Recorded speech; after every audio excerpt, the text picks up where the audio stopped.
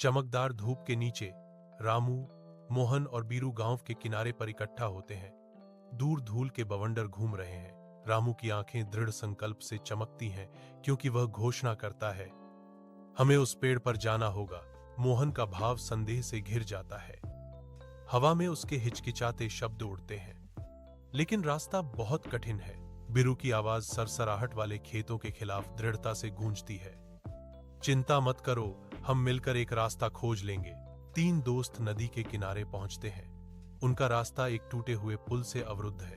नदी शक्तिशाली रूप से बढ़ती है, प्रकृति के बल का एक खतरनाक प्रवाह। सावधानी को अनदेखा करते हुए रामू पानी में कूदता है।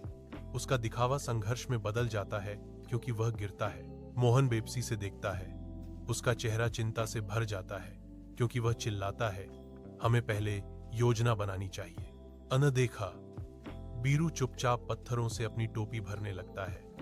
उसकी आंखों में एक अजीब सी दृढ़ता। तेज धूप में रामू और मोहन नदी के किनारे खड़े होकर बीरू को ध्यान से देख रहे हैं। बीरू बहती नदी में उतरता है।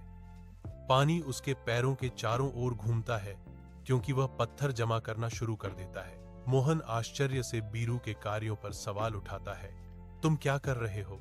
बीरू बिना विचलित हुए अपनी योजना बताता है, अगर हम नदी में पत्थर जमा करें तो एक छोटा रास्ता बन सकता है। शुरुआत में रामू और मोहन ने हैरान होकर एक दूसरे को देखा, लेकिन जल्द ही उनकी हंसी फीकी पड़ गई।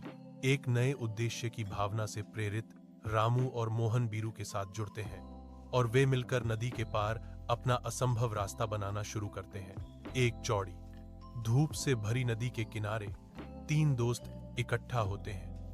उनकी युवा ऊर्जा स्पष्ट रूप से महसूस होती है क्योंकि वे पानी को फिर से आकार देने की तैयारी करते हैं। पत्थर हवा में घूमते हैं।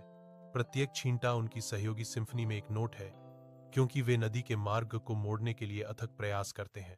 पानी के झुकने से विजय का उदय होता है। गहराई से एक संकीर्ण मार्ग निकलता है जो उनकी संयुक्त शक्ति और चतुराई का प्रमाण है।